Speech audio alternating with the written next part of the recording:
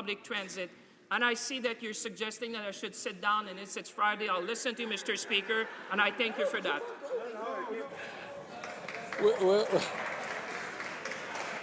We'll break for a question period, and once the session resumes, then the honourable member will have another 4 minutes and 30 seconds plus 5 minutes of questions. Statements by members. Statements by members. The honourable member for La Pointe de l'Île. Mr. Speaker, under the UN Charter, all peoples have the right to self-determination, that is, to determine freely their own political status as well as their economic, social, and cultural development. The case of self-determination of peoples is part of the movement for cultural diversity and linguistic diversity worldwide in Scotland, Catalonia, Palestine, Kabylie, and Quebec. I'd like to point out the trip to Ottawa of a militant for the self-determination of the Kabyle people, Ms. Kamira Naïtsid, president of the Amazigh World Congress. On behalf of the Bloc Québécois and Quebec sovereigntists, I want to express our solidarity with the Kabyle people in its struggle for freedom, cultural and linguistic identity.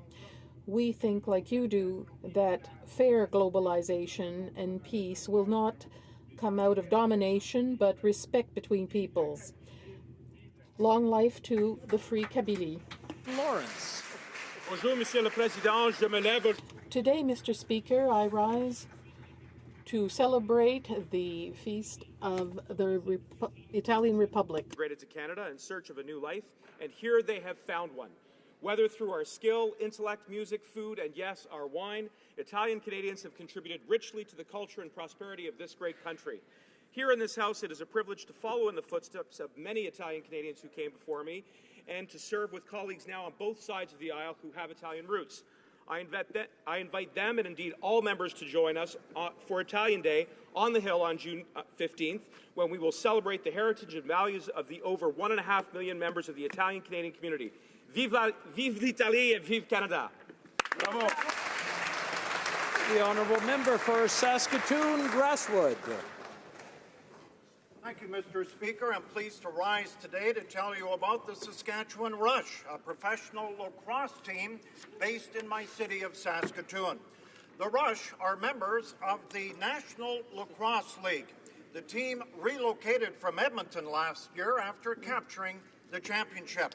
Now the team has a chance, Mr. Speaker, to win back-to-back championships. Tomorrow they will host the Buffalo Bandits in the second game of a best-of-3 championship. The Rush won the opening game in Buffalo last week. Over 15,000 fans will be on hand tomorrow night at SaskTel Centre. We wish head coach Derek Keenan and the entire team the best of luck as Canada's national game, lacrosse, will be highlighted tomorrow in Saskatoon and Saskatchewan. The honourable member for Sault Ste. Marie. Mr. Speaker, today I rise in this House to pay honour and tribute to a former Sault Ste. Marie Mayor, Alex Harry. Mr. Harry had passed away just recently, and he was a great advocate for our community. He served as mayor, as an alderman, was a successful lawyer, the area director for legal aid, and served on boards of Sault College, St. Mary's River Bridge Company, Algoma Public Health, and others. While mayor, he led the charge to amalgamate Cora to the city of Sault Ste. Marie. He opened the centennial branch of the Sault Public Library and spearheaded the creation of Algoma College, which is now Algoma University. He was a devout husband of 60 years to Shirley, a proud father, a proud grandfather, and a good friend and a staunch Liberal. He did many great things for this community. He helped me out when I started my political career. And the people of the riding, they describe him as kind, intelligent, humble, devout, but the best way to describe Alex is a perfect gentleman. Ladies and gentlemen, please join me in celebrating his life today in the House of Commons.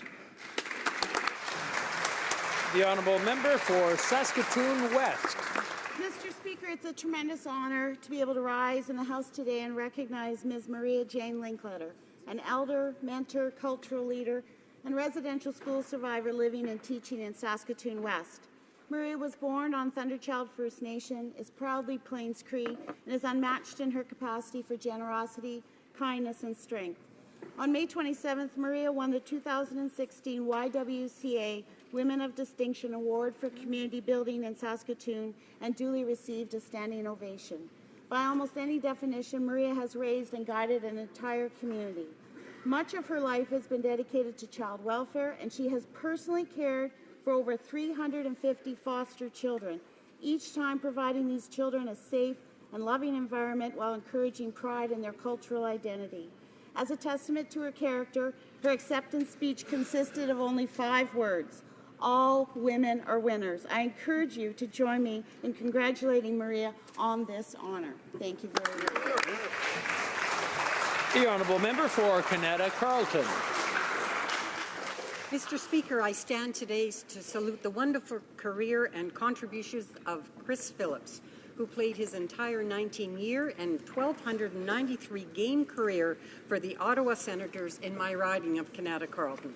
He also represented Canada as a World Junior, winning the gold medal twice, 1996 and 1997. In addition to his on-ice success, Chris and his wife Erin have become pillars in the Ottawa community, lending support to over 20 charities: Candlelighters, CHEO, Hockey Fights Cancer, Movember, Ottawa Dragon Boat Festival, STEP Project, North Project, Snowsuit Fund, and the Queensway Carleton Hospital Foundation, and so many more. He's also worked hard to raise awareness and funds for his hometown of Fort McMurray. Please join me to thank Chris Phillips for his service to Ottawa and wish him and his wife Erin and their 3 children a happy retirement. The honourable member for Cariboo, Prince George. Mr. Speaker, I'd like to rise in this House to speak about one of my many great organizations in my riding at Cariboo, Prince George. In 2015, Paul and Terry Nichols founded the Communities for Veterans Foundation, riding across Canada on horseback. Their goal is to bring awareness to communities about the changing face of Canadian veterans suffering from PTSD and to help veterans transition from military culture into civilian culture through equine therapy. Beginning on May 22nd, 10 veterans from across the country suffering from PTSD took part in a 14-day equine therapy program, where they were paired with a horse for the duration of their stay, learning to care for their horse's physical and mental needs. The course provides veterans with awareness and skills that are transferable outside the arena and into relationships, work, and the community. Today, those 10 veterans graduate from this program. To our veterans and first responders who are suffering from PTSD, please know you're not alone. And I'd also like to thank Paul and Terry for the contributions they are making, not only in Cariboo, Prince George, but across Canada. Thank you. Honourable member for La Prairie. Mr. Speaker, today I'd like to talk to you about an exceptional woman, the daughter of a farmer and a psychosocial worker, Maria Labrec Duchesneau, founded Au Cours des Familles in 2000, a unique group in Canada that has a mission to provide mutual help within the farm world. I've had the opportunity to frequent her as president of this organization and see the work she's accomplished. Among her many achievements, the creation of the concept of travailleurs de rang, the establishment of the Agricultural Pride Association, the development of a guide for rural areas, and respite houses for farmers. Her commitment has been beneficial for the farm world. Today, Maria will get an honorary doctorate from McGill University to underscore her work and her involvement. That's why I want to take advantage of these few minutes in the House to express all my gratitude. Thank you, Mr. Speaker. The honourable member for Vimy. Mr. Speaker. Enhances our community spirit. Today, I'm proud to honor 2 individuals from Vimy. Marie-Ève Gauthier, éducatrice de la petite enfance. An early childhood educator, won the 2015 Prime Minister's Award for Excellence in Early Childhood Education at Centre La Petite Enfance du Pic-Bois. The award recognizes contributions in care for ages 0 to 5. Second, Samuelson Vachon, a young talented musician, has been selected to join the National Youth Orchestra of Canada. After years of rigorous training and perfection, he will be traveling around the country and around the world to play for thousands of people. Congratulate them on their achievement and for exhibiting excellence in their personal and professional affairs. They are an inspiration for us all. Thank you, Mr. Speaker. The honourable member for Battle River Crowfoot. Mr. Speaker, I rise today to congratulate the Camrose and District Chamber of Commerce for winning the 2015-16 Chamber of the Year Award for the under 650 member category. Since 1908, the Camrose and District Chamber has served our local businesses, entrepreneurs, and professionals. Most recently, the Camrose Chamber has earned a high profile for their work on policy development with the Alberta Chamber and also the Alberta Chamber of Commerce and also the Canadian Chamber. In my large rural riding, there are other chambers and local organizations. Both large and very small, their members work hard to keep them strong and are able to serve the smallest towns and villages and even the most remote communities. They host many events that help local businesses. They provide an educational role for entrepreneurs and build a strong network for local business communities. I congratulate all members of local chambers of commerce in Battle River Crowfoot. The honourable member for Winnipeg North. Yes, Mr. Speaker, on June 4 at the Philippine Cultural Centre in Winnipeg, people will witness a flag-raising ceremony which will begin a week-long celebration of Filipino heritage and pride. Here in Ottawa, we'll be having a flag-raising ceremony on June 9. Both flag-raising ceremonies are meant to recognize a significant date in history. It was on June 12, 1898 in Cavite where the Filipino community witnessed the public reading of the Declaration of Independence. The national flag was also unveiled along with the singing of the new Filipino national anthem. The Philippines is a beautiful country, a place where I have been on many occasions, most recently with my daughter Cindy in 2014. My desire is to see an expanded relationship between Philippines and Canada, and as the co-chair of the Canada-Philippines Friendship Group here in Ottawa, we will promote Filipino heritage and a better relationship between our two great nations. On behalf of the Prime Minister and my caucus, I stand to acknowledge 118 years of Philippine independence and to say to my kababayans and friends, let us celebrate our diversity and treasure our heritage. Thank you, Mr. Speaker. The member for York Centre. Mr. Speaker, June 2nd was the 70th anniversary of the proclamation of the Italian Republic. This marked the beginning of a new era for Italy of rebuilding the country and its relationships. We now count the Italian Republic as one of our closest friends and allies. In the past 70 years, many Italians looked abroad for a country which could give them a new beginning for themselves and their families. Canada was one of those countries. We now count 1.5 million Canadians of Italian heritage among us. Mr. Speaker, my riding of York Centre has a large and vibrant Italian community who built their lives and our communities and our cities.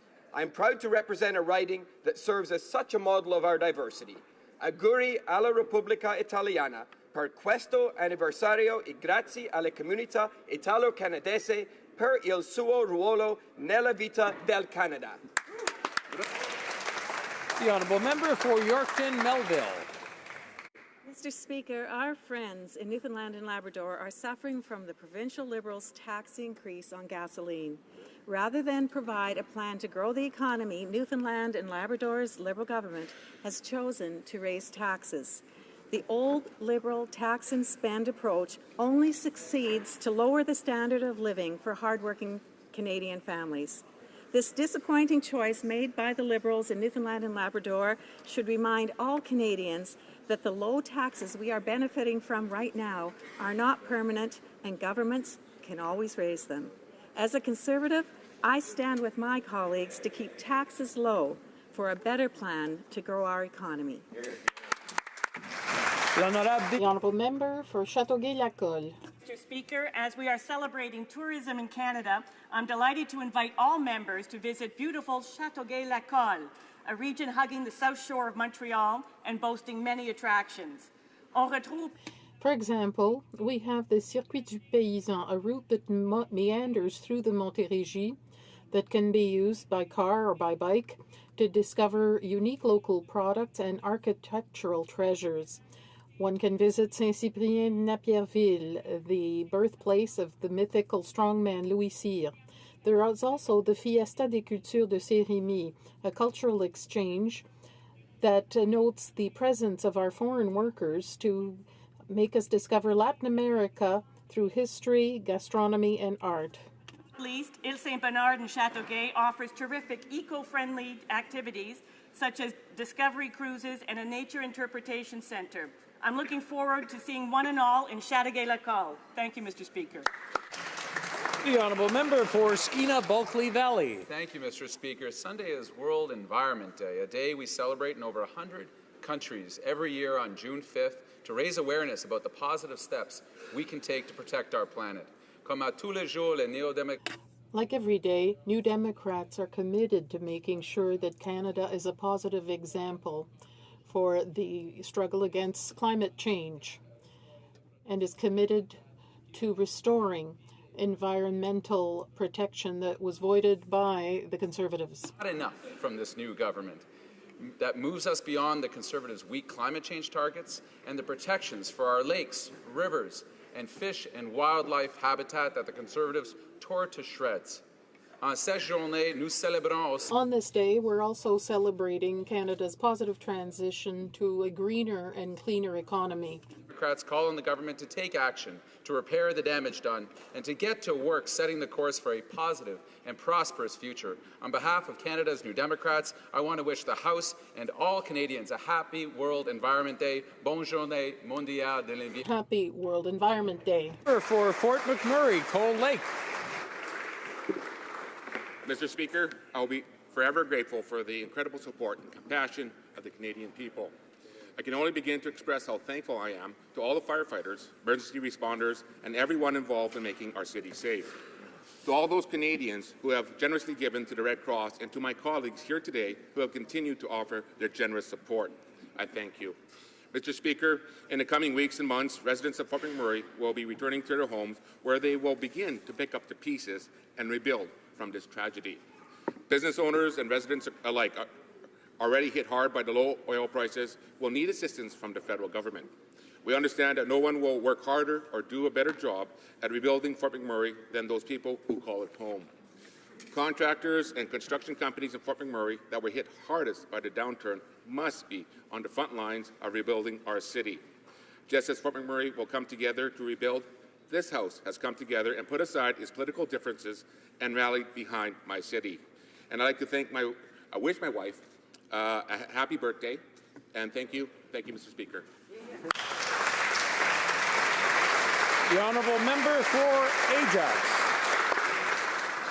Mr. Speaker, next week there will be hundreds of thousands of Canadians who will be celebrating Ramadan. In my own riding, there will be many thousands, and of course across the world, hundreds of millions. And I want to take this opportunity to wish all of those who are celebrating Ramadan, Ramadan Mubarak. Last year, I had the opportunity to fast for the entire period of Ramadan. It's something I'm going to do again in support of a charity called Give 30. And that is to take the money that you save from fasting every day to give to those that are more needy, and particularly food banks. When I fasted, it was an incredible experience to feel what it was like to be hungry. And of course, I got relief at the end of the day. But for many children, unfortunately in Canada, around the world, that relief never comes. They have to make it through a day and try to learn and try to prepare for their future without the aid of food. This charity gives an opportunity to reflect upon that and use the power of Ramadan to help others. Thank you.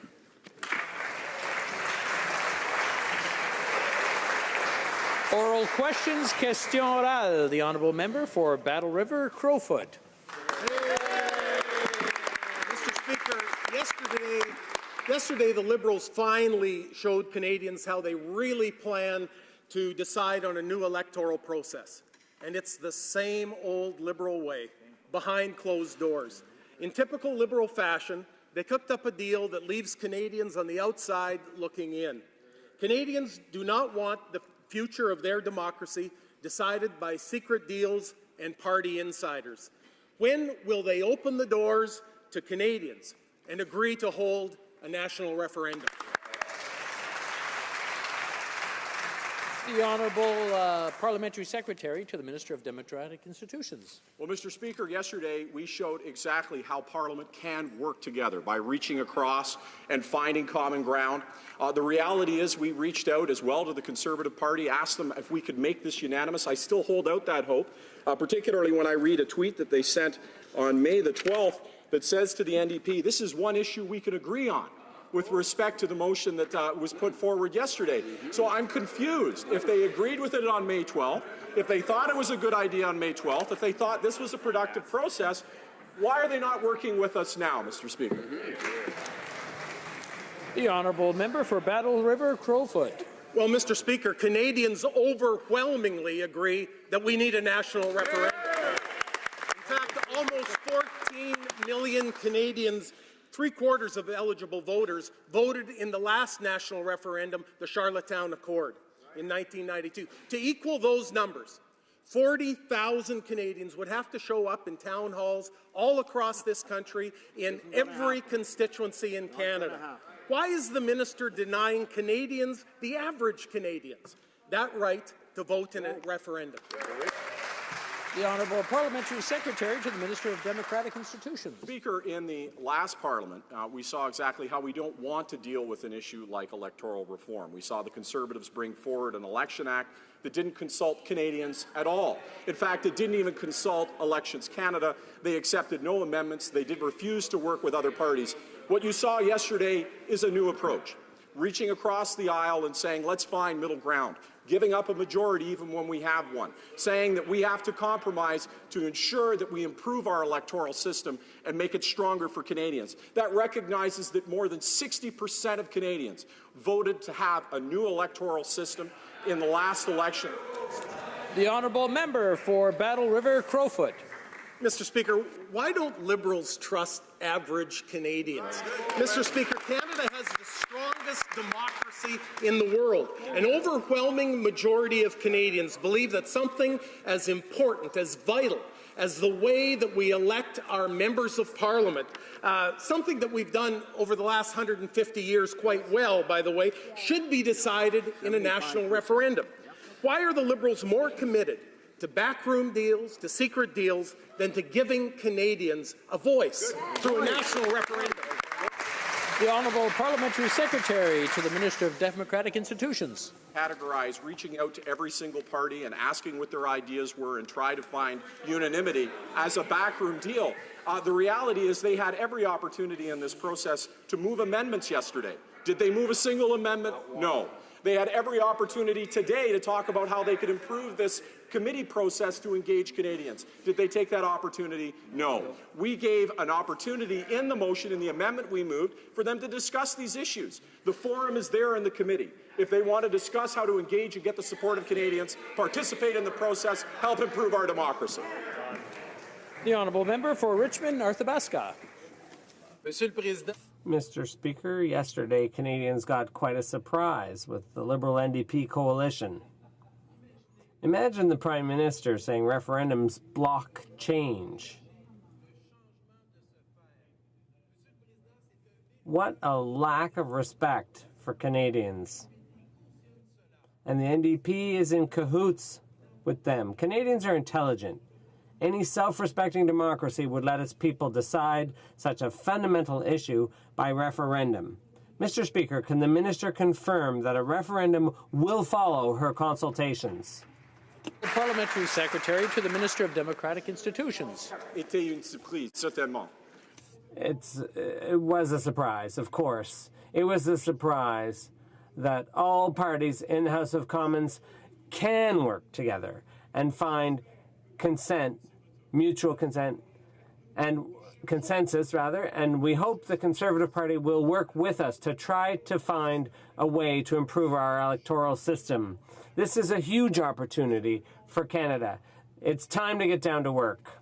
The Honourable Member for Richmond, Arthabaska.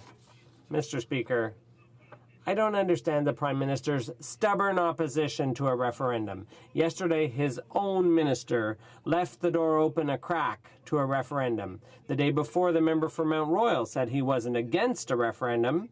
It was still an option. Last month, the House Leader initially rejected the idea, but then showed some openness to it. Mr. Speaker, the government says it wants to be open, transparent, and trustworthy. So why don't they clearly say to Canadians that after the consultations, they'll have the final word in a referendum? The Honourable Parliamentary Secretary. Mr. Speaker, the Conservative Party said on the internet that they supported the idea of all parties working together without a Liberal majority. And now the Conservatives are against it.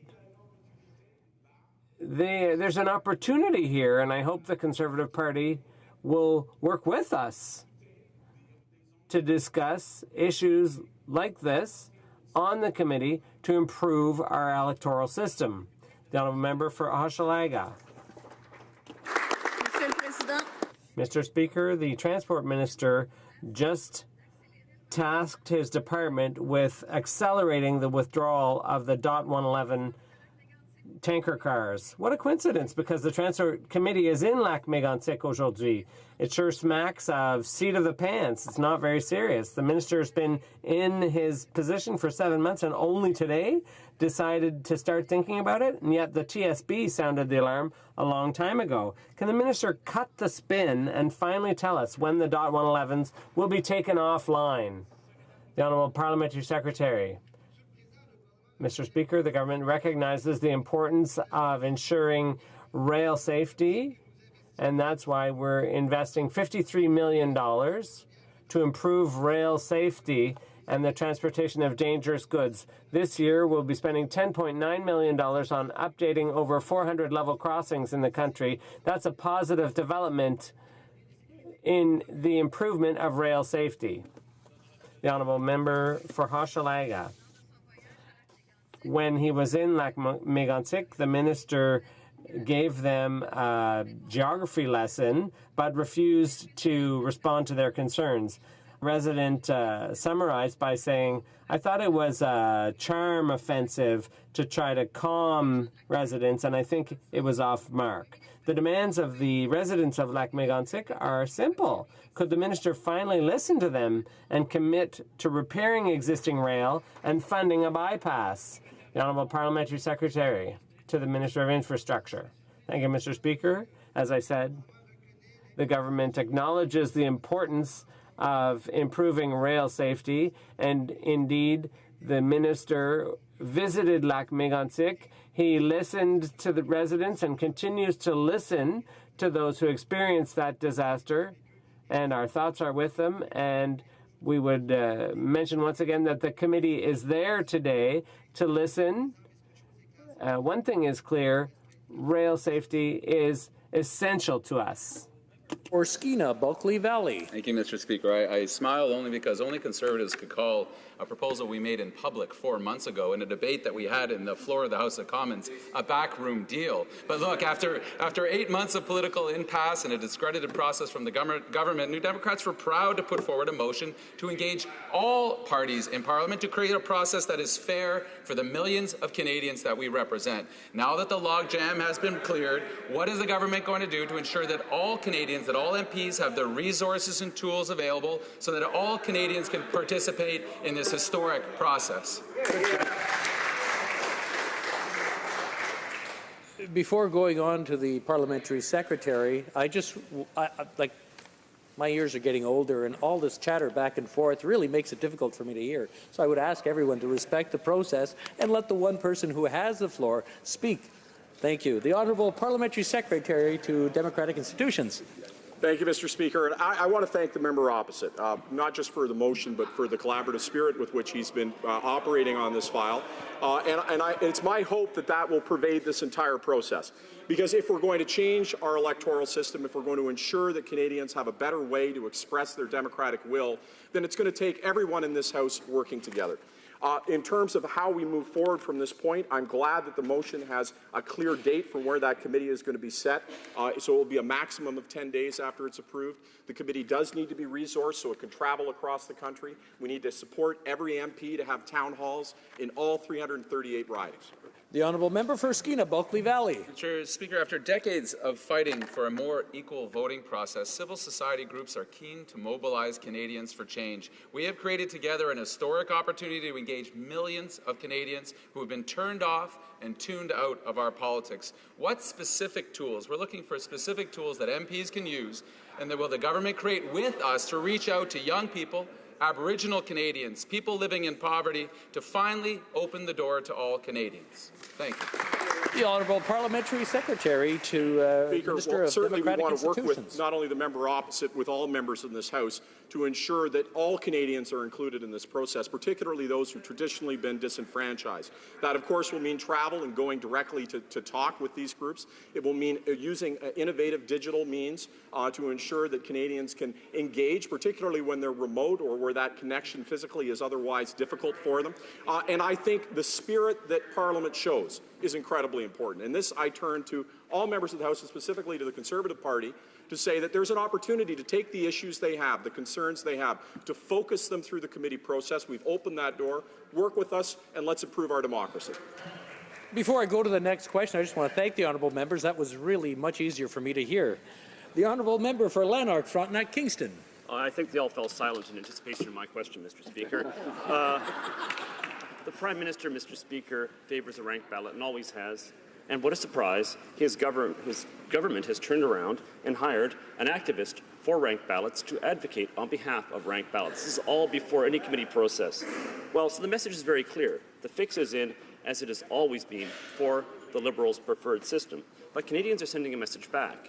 The Liberals can choose this system, but they must let the voters vote on it in a referendum. Right. Will the government allow a referendum so that Canadians decide whether or not the new proposal is better or worse than the status quo?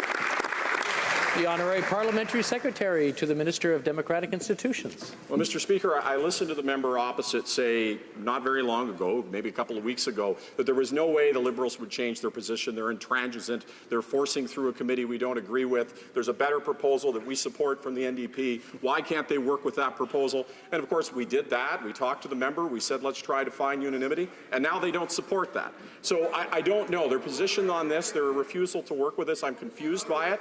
I would encourage them. We put wording into the amendment that we move forward in the main motion that allows them to have the type of discussion they want at committee. Participate. Let's get this process moving forward. The honourable member for Lanark, Frontenac, Kingston. I look forward to equal flexibility from the government on the issue of referendum. One good reason for that would be that 73% of Canadians are in favour of holding a referendum on the Liberal government's proposal to change the way we vote. Canadians should have the final say. Canadians want the final say.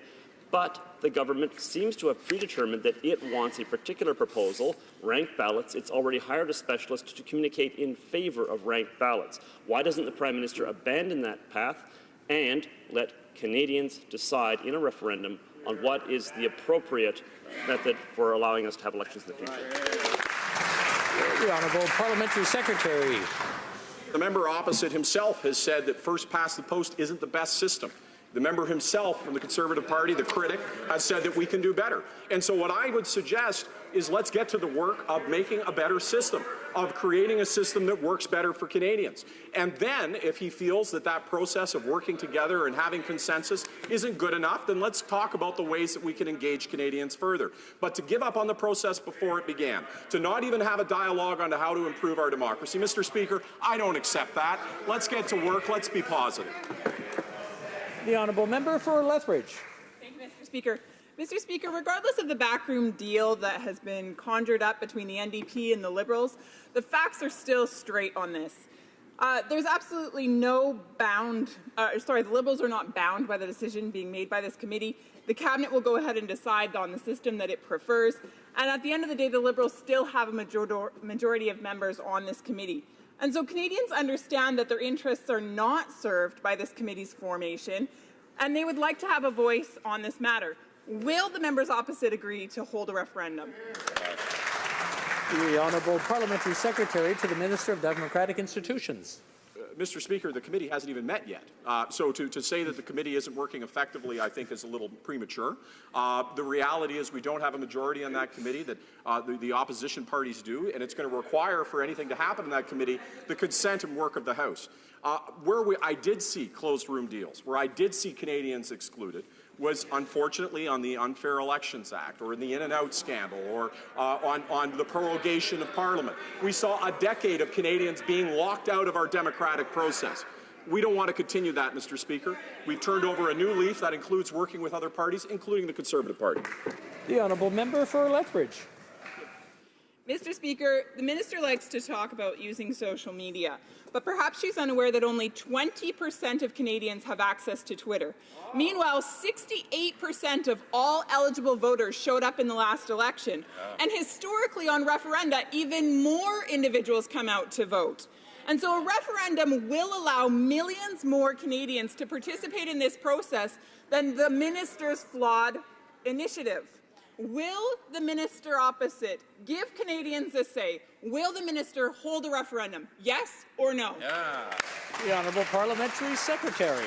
Well, Mr. Speaker, maybe it's because only 20% of Canadians are on Twitter that they thought that they could post they were going to support the ND proposal and then not. And maybe that's why they thought they could get away with it. But the reality is, the minister has talked about a myriad of ways for Canadians to engage, and of course those include digital means. We live in a digital age where many Canadians are in remote locations or have disabilities or have other challenges that don't allow them to engage directly. The news is Twitter is one medium, but there are many mediums, and we want to engage Canadians in every single one of them. That's the type of consultation they deserve. That's the kind of consultation they're going to get. The Honourable Member for Lévis-Lobinière.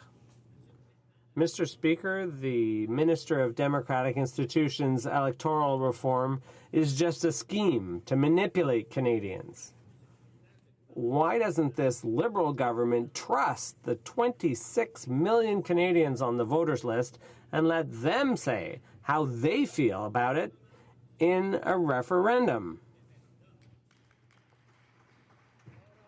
The Honourable Parliamentary Secretary to Democratic Institutions. Mr. Speaker, in the last election campaign, we made a promise to change our democratic system to make sure that every individual in Canada has the ability to express their ideas about the type of government they want. To us, that's a promise we're going to keep, absolutely. It's important to work together to change and improve our electoral system.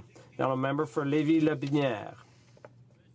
Mr. Speaker, we all know a referendum would express the wishes of the 26 million Canadians on the voters list. Why, Mr. Speaker, does this government think electoral reform in Canada should be decided by a committee of just 12 individuals, politicians? The Honourable Parliamentary Secretary. Mr. Speaker, there's a committee. On the committee, there's an opportunity to discuss not just among MPs, but with all kinds of people about ways to improve our system. And in the course of that process, there's an opportunity to think of ways to improve the system. I hope the Conservative Party will work with us on that. Member for Saskatoon West. Mr. Speaker, after the Liberal leader promised he'd be the pro-pot Prime Minister, Canadians are becoming increasingly concerned about the Liberals' rightward shift. They appointed a former police chief to handle the issue, who then encouraged police to crack down on marijuana while continuing to hand out criminal records. And now they've appointed Anne McClellan, who has called pot more dangerous than cigarettes and was even against medicinal marijuana. How can the Liberals justify sounding more law and order on pot than even the Conservatives, who just voted for decriminalization? The Honourable Minister of Justice. Thank you, Mr. Speaker, and I think thanks for the question. As we've said, our government is committed to the legalization of marijuana, strictly regulating and restricting access to marijuana, with the ultimate objective to keep it out of the hands of children and keep the proceeds out of the hands of criminals. I'm looking forward, working with my colleagues, the Ministers of Health and Public Safety, to, in the coming weeks, announcing a task force that will engage on this issue. And the task force will be comprised of representatives from the Justice system, public safety, health, and I look forward to the recommendations that they provide in this regard. The Honourable Member for Salaberry-sur-Roi. Mr. Speaker, legalizing marijuana was a major Liberal campaign promise. but the government has just assigned the file to the former Justice Minister who previously stated her opposition to medicinal marijuana. In short, a former chief of police and a pot opponent are in charge of legalizing marijuana. It's like putting Colonel Saunders in charge of the hen house. Is the Prime Minister trying to torpedo his own initiative? The Honourable Minister of Justice. Thank you, Mr. Speaker. Again, our government is committed to legalizing marijuana, strictly regulating marijuana, and doing this in a careful and orderly manner. I'm pleased to work with the Parliamentary Secretary. I'm pleased to work with the Ministers of Health and Public Safety. And we are very pleased to, in the coming weeks, announce a task force that will look into the work of the legalization process, what's required, what is necessary to do it in a careful way. And there will be perspectives from health, justice, law enforcement, and public safety. The Honourable Member for North Okanagan, Shuswap. Mr. Speaker, Canadians are disturbed with the appointment of the government House Leader as the Minister of Fisheries, Oceans and Canadian Coast Guard. The Ethics Commissioner has banned the House Leader from participating in any discussions or decision-making involving the Irving Group. The Irving Group is an important participant in the government's shipbuilding strategy for the Canadian Navy and the Canadian Coast Guard. Can the Prime Minister explain how the new Minister of Fisheries and Oceans can do this job without breaking the Ethics Commissioner ban? The Honourable Parliamentary Secretary to the Minister of Fisheries and Oceans. Mr. Speaker, like I said yesterday repeatedly, the Minister was not involved in that and contacted the Conflict of Interest Commissioner, the Ethics Commissioner, to clear up the situation. A process will be put in place by the department to ensure that the minister is not put in a conflict of interest. As I said, the minister has already raised this question with the ethics commissioner and has complied with all her recommendations. Mr. Speaker, Canadians deserve to know how this new Minister of Fisheries and Oceans can do his job effectively without breaking the Ethics Commissioner ban on communications with the Irving Group. The fact is that J.D. Irving has a position on the Minister's very own Advisory Committee on Atlantic Salmon. In light of the restrictions on the Minister, the Liberals owe Canadians a Minister of Fisheries and Oceans that can do the job. When will the Prime Minister respect the Commissioner's ban and appoint a Minister who can serve Canadians effectively? The Honourable Parliamentary Secretary to the Minister of Fisheries and Oceans. Mr. Speaker, as I said before and as I repeat, the Minister took the initiative to inform the Ethics Commissioner and to seek advice. The Commissioner gave some advice and the Minister will follow all of the Ethics Commissioner's advice and to the letter. Once again, Mr. Speaker, our government and its ministers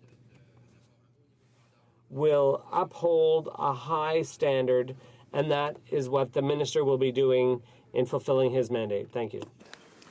Mr. Speaker, Canadians are shocked at the infrastructure minister's extravagance. They don't understand why he would feel the need to spend nearly $1 million on TVs and toasters.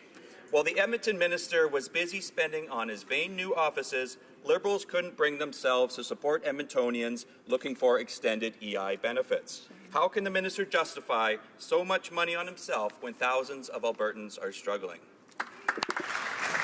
The Honourable Parliamentary Secretary to the Minister of Infrastructure.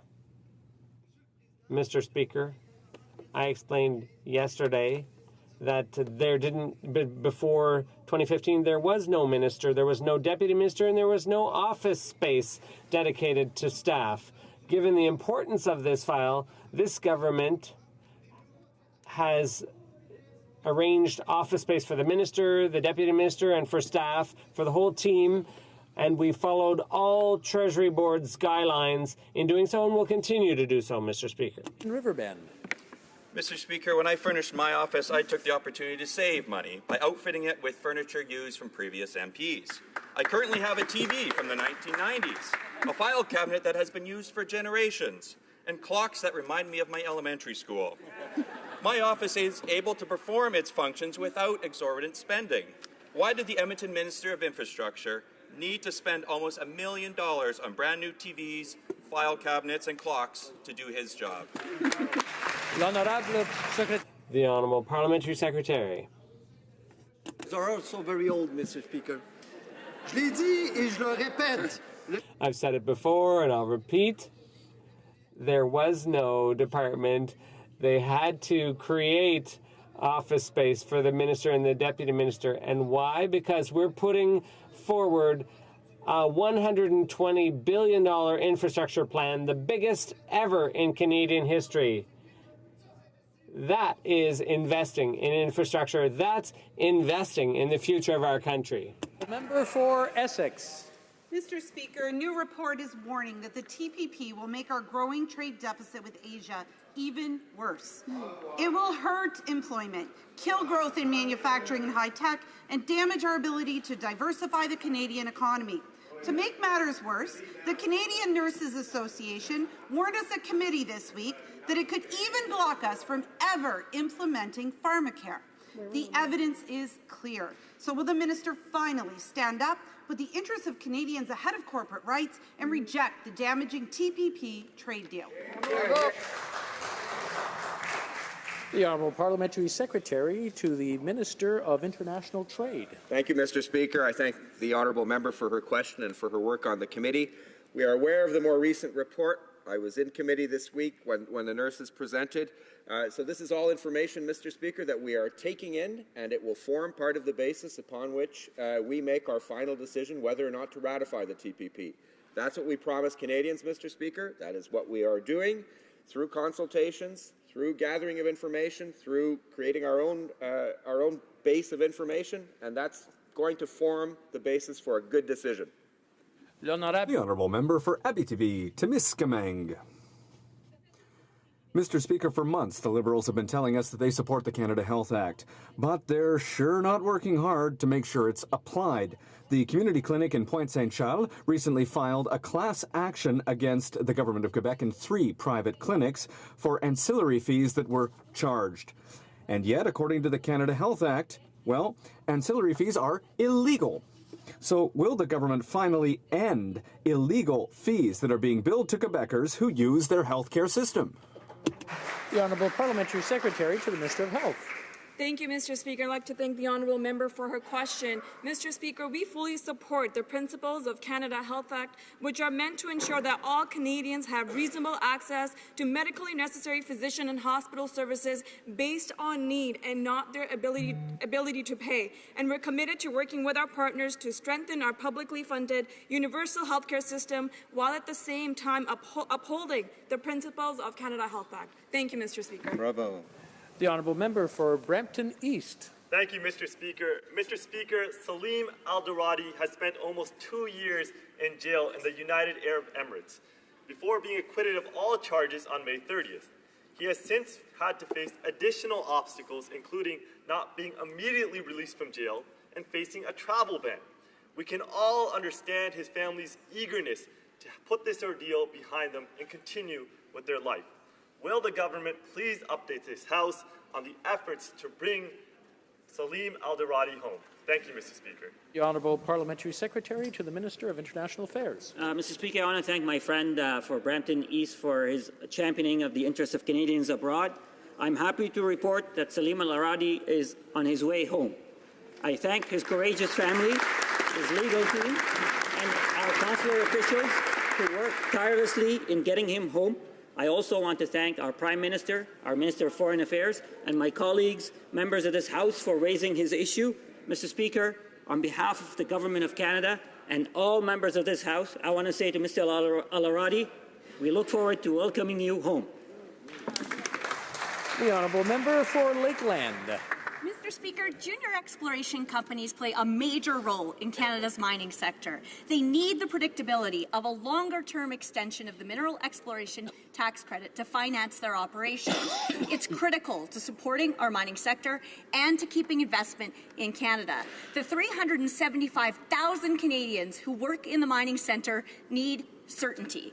Are the Liberals going to provide a predictable long-term extension of this tax credit and the flow-through shares provisions?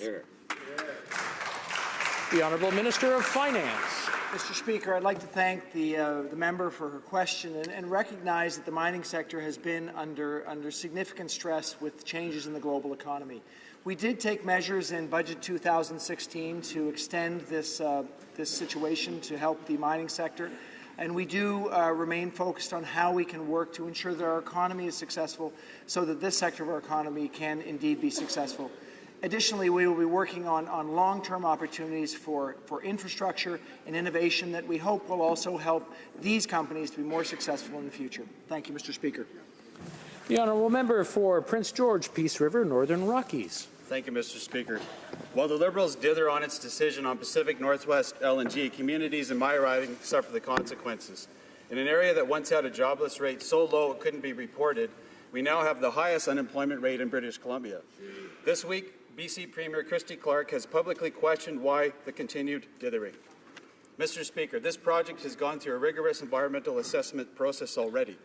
When will the Liberals stop the dithering, do what is best for the people in northern British Columbia and the global environment, and approve BC LNG? The Honourable Minister of the Environment. We believe the environment and the economy go together. We're overseeing a fair and thorough environmental assessment process that is grounded in science. There are significant concerns that have been raised with respect to this project, and we are looking into those concerns, and we're working with the proponent to address them, including impacts on salmon.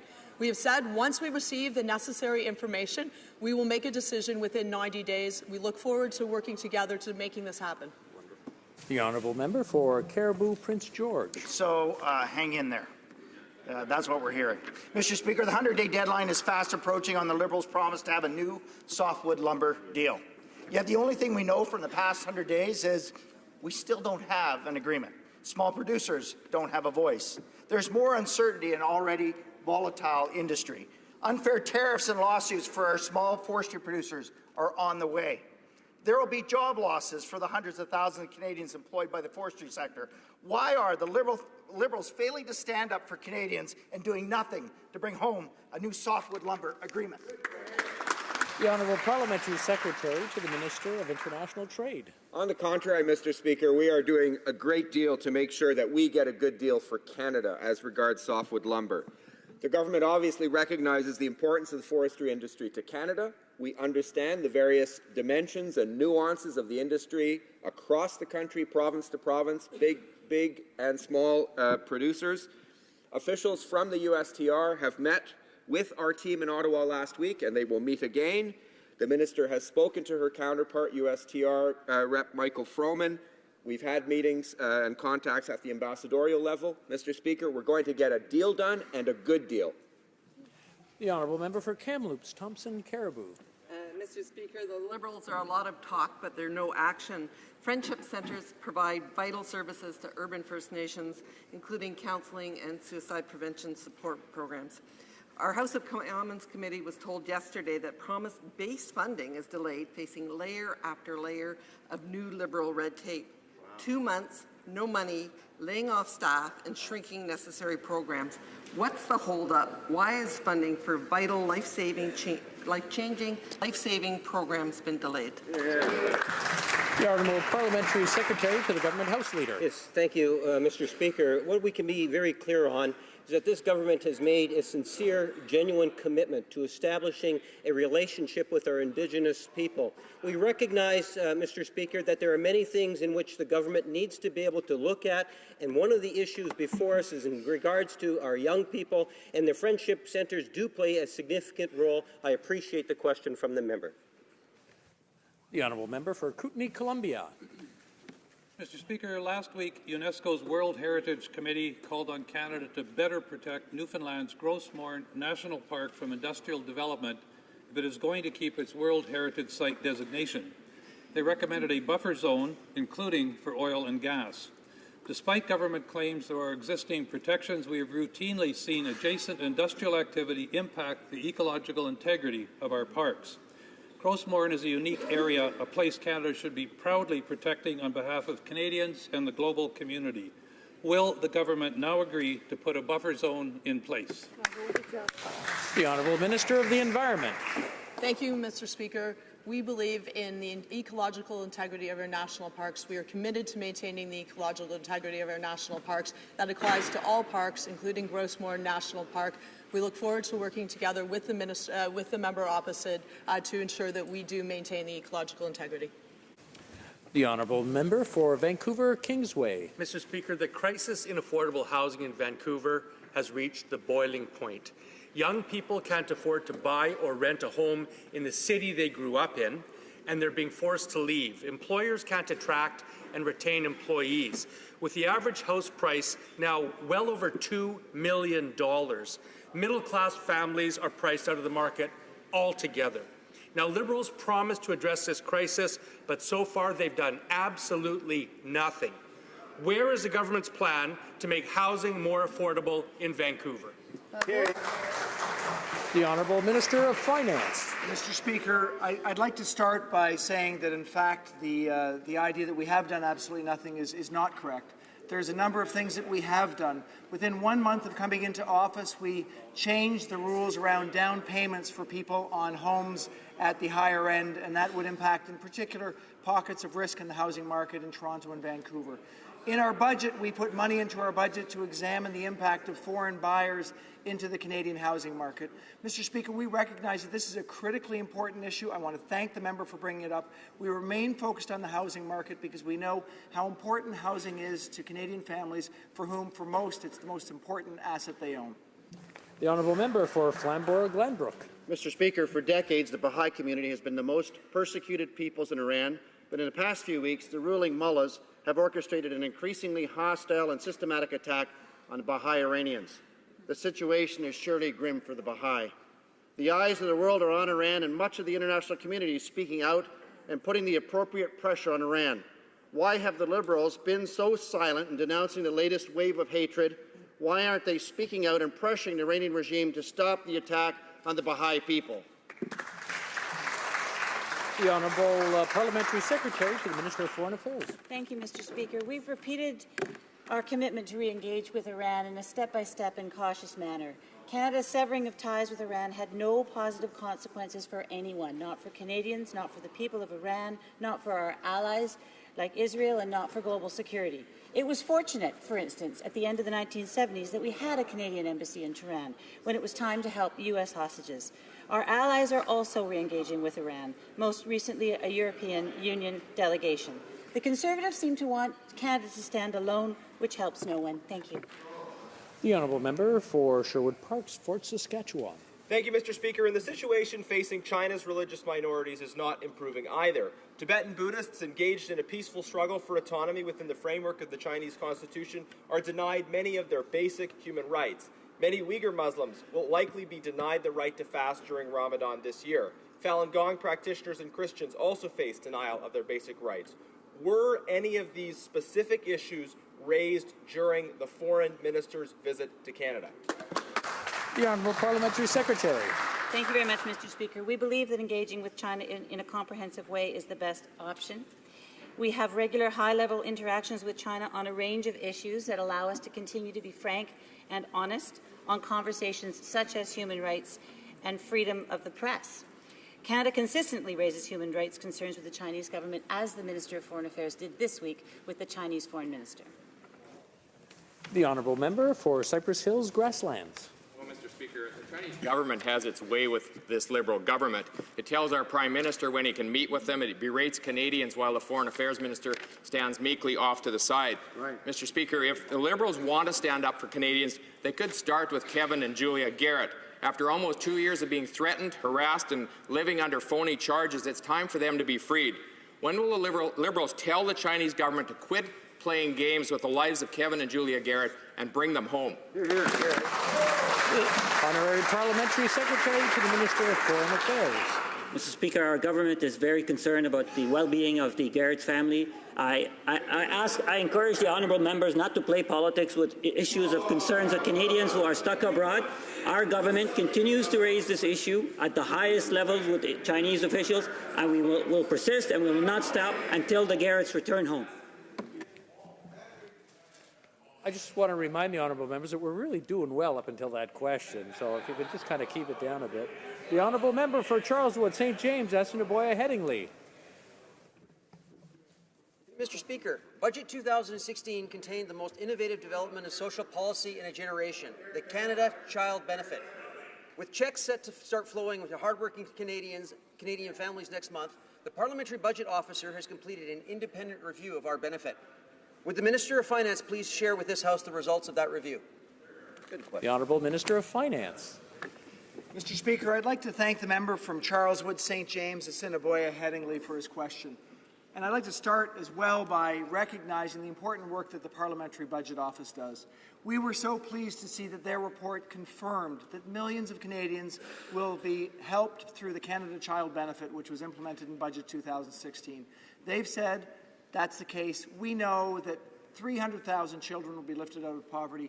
9 out of 10 families with children will be better off. The new Canada Child Benefit is going to make a real and measurable difference in the lives of so many Canadians, and we're very pleased to have that as part of Budget 2016. The Honourable Member for Beauport, Côte-de-Beaupré, Île-d'Orléans, Charlevoix. Mr. Speaker, since this government has taken power, we've heard nothing about official languages. They're no longer in the minister's title, and no one in the government seems to want to deal with this file. Mr. Speaker, I'd like to know if there's a pilot in the plane of official languages, or will the government continue to simply abandon this issue? The Honourable Parliamentary Secretary to the Minister of Canadian Heritage. Thank you, Mr. Speaker. Mr. Speaker, I'd like to thank my honourable colleague for her question. It must be made very clear that this government is working very hard on official languages with a pan-governmental approach. Not only do we have a pilot, we have many pilots in the plane, because this is a pan-governmental approach that we're taking that represents Canadians from sea to sea to sea to defend the rights and and we're taking our responsibility as a government, and we'll continue to do so. The Honourable Member for Laurentide-Labelle. Thank you, Mr. Speaker. Canadians with functional limitations face daily challenges that prevent them from participating fully in their communities and workplaces. We have a duty to reduce obstacles to accessibility and ensure equal access and equal chances for all. Everyone deserves to be able to participate fully and equally. Can the Minister please inform this House of the measures put in place to reduce obstacles to accessibility? Thank you, Mr. Speaker. The Honourable Minister for, I'm kind of lost here, Sports and Persons with Disabilities. Monsieur le Président. Thank you, Mr. Speaker. I would also like to thank my honourable colleague from Laurentide-Labelle for his question. Earlier this week, I invited businesses and community organizations to prevent requests for funding under the 2016 Accessibility Fund, which will receive an extra $4 million after Budget 2016. This funding plays an important role by ensuring that all Canadians be able to fully participate in their workplaces and communities. Thank you. Well, member for Carleton. Mr. Speaker, the Liberal member for Ottawa Centre has slammed on the brakes for a replacement of the 92-year-old Ottawa Hospital in her own riding. She does not like the location that the hospital's expert panel selected after it thoroughly studied 12 possible sites. If she has a better site in mind, or if the NCC is considering different locations, they should know by now. After all, it's been 6 months. Further, they should tell the residents of her community and mine what those alternative sites are. Why won't they? The Honourable Member for Canadian Heritage. Mr. Speaker, I thank the honourable colleague opposite for the question. Our government understands emphatically the need for state-of-the-art hospital in downtown Ottawa, and we support that project. For this reason, the Minister of Heritage has asked the National Capital Commission to review possible sites for the Ottawa Hospital Civic Campus through a rigorous and transparent process in order to provide the government with a recommendation. It is important to note, Mr. Speaker, that the Member of Parliament for Ottawa Centre also supports this project, and she and we support a transparent and open process so that a civic hospital in Ottawa may be built. The Honourable Member for Pierre Boucher, Les Patriotes Verchères.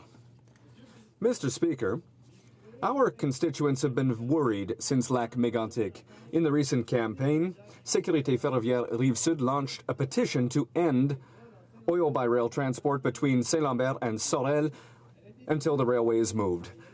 It was signed by thousands of citizens, including myself, the Green candidate, and the Liberal candidate. Now we've learned that it was quickly tabled, quietly, by the Liberal member for Montreal in this House on April 19th, and since then, crickets. Will the Liberals respect this commitment, or will we have to wait for Quebec to be a sovereign country for it to be respected? The Honourable Parliamentary Secretary for Infrastructure. Well, as I said, Mr. Speaker, the government recognizes the importance of ensuring the safety of our rail transport system, and that is why we have made major investments, $143 million, to improve rail safety and the transport of dangerous goods, Mr. Speaker. Obviously, we have consulted since Lac Mégantic, and there are studies that are being undertaken, and we will make decisions that take into account the safety of Canadians. The Honourable Member for Repentigny. Mr. Speaker, the UN has just put Saudi Arabia on the blacklist of countries that violate the rights of children in conflict situations. These are groups and countries that subject children to murder, sexual violence, and mutilation, and who bomb schools and hospitals. We've had enough of the "it's just business" excuses and the insignificant committee proposals. When will the minister finally do something concrete, stand up and end the sale of arms to Saudi Arabia? The Honourable Parliamentary Secretary for the Minister of Foreign Affairs. Canadian labs have been sold to Saudi Arabia for over 20 years, and all of our checks to date indicate that they have not been used inappropriately. The Minister of Foreign Affairs retains the power to revoke at any time the export permit should the assessment change. As you know, Canada has some of the strongest export controls in the world. A big part of that is working diligently to accede to the Arms Trade Treaty, and we will improve export controls process going forward with the greatest rigor and increased transparency. Thank you. The Honourable Member for Joliette. Mr. Speaker, in business, inaction is always the worst choice. The government's inaction on Bombardier sends a clear signal to the business sector. Ottawa is disavowing this great Quebec company. That means invest in Boeing, invest in Airbus, because those businesses are supported by their countries, but don't invest in Bombardier. In Quebec, even our champions of non-assertion are fed up with government inaction. People like Philippe Couillard, Carlos Letao, and Jean Charest. So I want to know, how long will the government continue to do nothing for Bombardier? A week, a month, a year, 4 years? Forever? The Honourable Minister of Innovation. Mr. Speaker, I disagree with my colleague because I understand and our government understands the importance of this business, and that is why we are working with Bombardier, and I'm very confident that we will find a solution that is good for the business, for the sector, and for all Canadians. Thank you. That terminates question period. Thank you very much for all of you respecting my hearing. We have a point of order for the member for Haliburton, Kawartha Lakes, Rock. Mr. Speaker, it happened yesterday, but at least twice today, the Parliamentary Secretary for Infrastructure stood and claimed there was no Minister of Infrastructure in the previous Parliament. Mr. Speaker, I would like to let the Parliamentary Secretary know that the member from Lac-Saint-Jean was the Minister of Infrastructure in the last Parliament. Denny LaBelle was his name. Which then refutes their claim that they had to spend $1 million for... I believe that's turning into debate right now, and but thank you. Very good. Yes, another point of order. The honourable member for Sherwood Park, Fort Saskatchewan. Thank you, Mr. Speaker. The Parliamentary Secretary to the Minister for Democratic Reform said that no amendments were accepted to the Fair Elections Act. Act. Now, he knows that giving false information to the House is a serious matter. In fact, over 40 amendments were accepted to the Fair Elections Act. So I would appreciate it if the Parliamentary Secretary might want to take the opportunity to just correct the record on that point. I believe that's getting into debate as well, but very good. Another